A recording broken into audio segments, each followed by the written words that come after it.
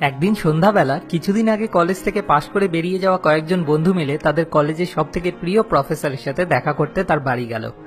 1 বছর আগে কলেজ থেকে পাশ করে বেরিয়ে তারা সবাই এখন চাকরি বাকরি করছে। প্রফেসরের সাথে কথা বলতে বলতে তারা সবাই মিলে একসময় প্রফেসরকে বলতে লাগলো যে কলেজের পর লাইফটা কি ভীষণ পরিমাণে কঠিন আর কমপ্লিকেটেড হয়ে গেছে। তারা বলল যে কিভাবে তাদের দিনে রোজ 8-9 ঘন্টা করে কাজ করতে হয়, তার উপর বসের মুখ ঝামটা, অফিস পলিটিক্স, কম্পিটিশন, আর তার সাথে সবাই শুধু একটা জিনিস নিয়ে কথা বলে চলে আর একটা জিনিসই বোঝে, সেটা হলো টাকা, টাকা আর টাকা। তাদের অভিযোগ শোনার পর কিছুক্ষণ পর প্রফেসর বললেন, তোমরা বসো, আমি তোমাদের জন্য একটু চা করে নিয়ে আসি। তারপর তিনি 6 জন স্টুডেন্টের জন্য 6 কাপ চা করে নিয়ে আসলেন, কিন্তু তার মধ্যে 3টে কাপ ছিল প্লাস্টিকের ডিসপোজাল কাপ আর বাকি 3টে কাপ ছিল চীনা মাটির উপর সুন্দর করে কাজ করা।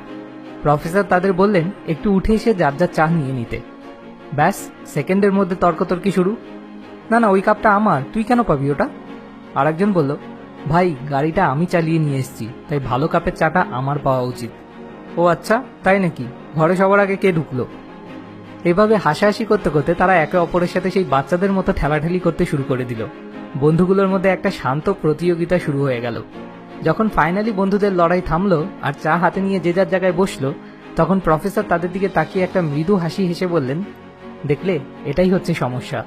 তোমরা সবাই তর্কতর্কি করছিলে যে কে সুন্দর কাপে চা পাবে আর কে পাবে না, যেখানে কাপটা কিন্তু কেউই খাবে না।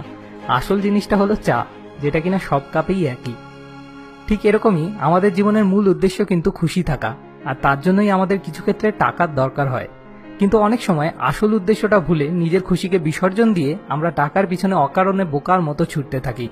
তার কারণে এই সোসাইটির ম্যাক্সিমাম লোকই একজন মানুষকে মূল্যায়ন করে তার কাছে কত টাকা আছে আর সে কি জব করে সেটা দেখে, অর্থাৎ চা না, বরং চায়ের কাপ দেখে বিচার করে। যেখানে সত্যিটা হলো, চা যদি ভালো হয় তাহলে সেটা মাটির কাপে খেয়েও আনন্দ হবে, কিন্তু চাই যদি খারাপ হয়, যদি চাতে 1 গাদা নুন মেশানো থাকে, তাহলে লাখ টাকার কাপেও সেই চা খেয়ে কিন্তু কোনো আনন্দ হবে না। হ্যাঁ, বাইরে থেকে দেখে হয়তো বিশাল কিছু মনে হবে যে লাখ টাকার কাপে চা খাচ্ছে, কিন্তু ভিতর থেকে আসলে কোনো এনজয়মেন্টই থাকবে না।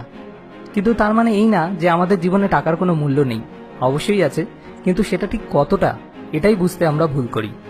টাইম, নলেজ, হ্যাপিনেস, এগুলো যেমন আমাদের লাইফের এক একটা সম্পদ, ঠিক তেমনই মানিও একটা সম্পদ। এবং লাইফে এক ধরনের সম্পদ খরচ করে আমরা অন্য ধরনের সম্পদ জোগাড় করি। টাকা দিয়ে আমরা বই কিনি নলেজ জোগাড় করার জন্য, নিজের আপনজনদের সাথে টাইম স্পেন্ড করি হ্যাপিনেস পাওয়ার জন্য। এভাবে আমরা ইন্টারচেঞ্জ করতে থাকি। যখন আমরা টাকা দিয়ে কিছু কিনি, যেমন হয়তো একটা দামি মোবাইল, তখন আমরা কিন্তু শুধু ওই মোবাইলটাকে কিনি না, তার সাথে সাথে সেটাকে ব্যবহার করার এক্সপিরিয়েন্স, সোশ্যাল স্ট্যাটাস, যা যা ওই ফোনের সাথে জড়িয়ে আছে সেই সব কিছুই কিনি। কিন্তু সমস্যাটা হয় তখনই যখন আমরা ভুলে যাই কোনটা আমাদের নিড আর কোনটা লাক্সারি। একটা কথা আছে, the things you own end up owning you. যতই জিনিস কিনি, যতই রোজগার করি, এই যে আরো চাই রোগটা, এটা কখনো সারে না। অর্থাৎ একটা সাইকেলের মতো গোল গোল ঘুরতে থাকি। নিজেকে কষ্ট দিয়ে স্ট্রেস নিয়ে টাকা রোজগার করি, তারপর সেই টাকাকে খরচ করি স্ট্রেস দূর করতে, মুভি দেখতে গিয়ে বা কোথাও ঘুরতে গিয়ে। এই ধরনের লাইফ সাইকেলে যারা ফেসে যান, তাদের জীবনের একমাত্র লক্ষ্য হয়ে পড়ে শুধু টাকা রোজগার করা, যেটা তাদেরকে টাকার দাসে পরিণত করে দেয়। এরপর তারা আর টাকা খরচ করেন না, বরং টাকা তাদের খরচ করতে শুরু করে, যতদিন অবধি না তারা এই র্যাট রেস থেকে নিজে ইচ্ছায় বুঝতে পেরে বেরিয়ে আসছেন অথবা মারা যাচ্ছেন। তাদের চিন্তাভাবনা শুরু হয় টাকা দিয়ে, শেষও হয় টাকা দিয়েই। এভাবে কোনোদিনই প্রকৃত ধনী হওয়া সম্ভব না। প্রকৃত ধনী হওয়া একমাত্র তখনই সম্ভব যখন আপনি টাকা রোজগারও করছেন খুশি হয়ে কোনো পজিটিভ এক্সপিরিয়েন্সের সাথে, আর সেটা ব্যয়ও করছেন খুশি হয়ে কোনো পজিটিভ এক্সপিরিয়েন্সের সাথে। তাই এই র্যাট রেস থেকে বেরিয়ে আসার একটাই উপায়, টাকার প্রকৃত মূল্য কতটা সেটা পরিষ্কার করে বোঝা।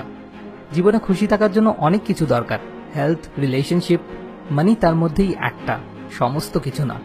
যেমন সন্দীপ মাহেশ্বরী বলেছেন, আমাদের লাইফে টাকার ভ্যালু ঠিক ততটাই যতটা একটা গাড়িতে পেট্রোলের ভ্যালু, না তার থেকে কম, না তার থেকে বেশি।